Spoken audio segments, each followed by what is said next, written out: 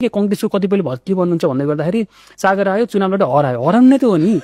अरू के गर्ने काम गर्नु परेन खानु परेन आफै भन्नु न मेरो तमाम जति पनि हुन्छ 2 करोड युथ्सहरू हुन्छ नि हाम्रो लगभग युथ्सहरू चाहिँ म्यासिभ पपुलेसन छ अनि त्यबाट युथ्सहरूलाई मेरो अनुरोध पनि के 84 मा आउनुस् इलेक्सन टार्गेट आउनुस् सकेको चुनाव लड्नुस् चुनाव लडेर जित्नुभयो भने काम गर्नुस् हारु भयो भने काममा फर्किनुस् हैन फेरि त्यो घिसिपिटी गरेर राजनीति नै गर्नुपर्छ 5 वर्ष हल्लिनुपर्छ भन्ने छैन के हामीले पोलिटिक्सलाई यति बनायौं कि त्यो नेता उत्पादन गर्ने फ्याक्ट्री बनायौं तब नेता उत्पादन फ्याक्ट्री होइन तपाई चुनाव हार्नु भयो भने आफ्नो काममा जानुस् प्रोफेसनमा गर्नुस् फेरि 2089 मा इलेक्सन लड्न आउनुस् हामीले त संगठन बलियो बनाउने होइन नि त हाम्रो देश बलियो बनाउने हो नि त हामीलाई कृषि पेशा बलियो बनाउने हो हामीले शिक्षा पेशा राम्रो बनाउने हो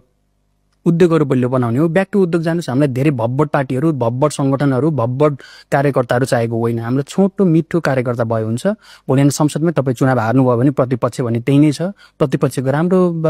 तपाईले भूमिका खेल्नुस् हैन हार्नु भयो भने पनि अथवा भन्न संसदमा प्रधानमन्त्री हुनु भएन मन्त्री हुनु भएन भने प्रतिपक्षको पनि छ त तपाई सडकमै आएर लड्नै पर्छ भन्ने मात्रै पनि त्यो सोलुसन छैन नि त त्यही भएर अनेक अल्टरनेटिभ्सहरु छन् त्यही भएर मेरो तमाम विश्वभरिका युथहरुलाई अनुरोध के भन्दा 84 मा 3-4 महिना 4-5 महिना जति सक्नुहुन्छ छुट्टी लिनुस् बिदा लिनुस् पैसा जोगाउनुस् पैसा पनि चाहियो धेरै पैसा पनि चाहिदैन फेरि लाखौं लाख पैसा चाहिन्छ भन्ने मानसिकता पनि छोडिदिनुस् एउटा बाइक भए हुन्छ हैन तपाईले बिहान साँझ दाल भात तरकारी खानुस् मासु पनि खादिनु भन्नुस् बरु 100 150 200 रुपैयाँमा भइहाल्छ एक छाकको हैन धेरै खर्च हुँदैन बियर पनि खादिनु भन्नुस् 3-4 महिना स्वास्थ्यलाई पनि राम्रै हुन्छ हैन होइन भन्नु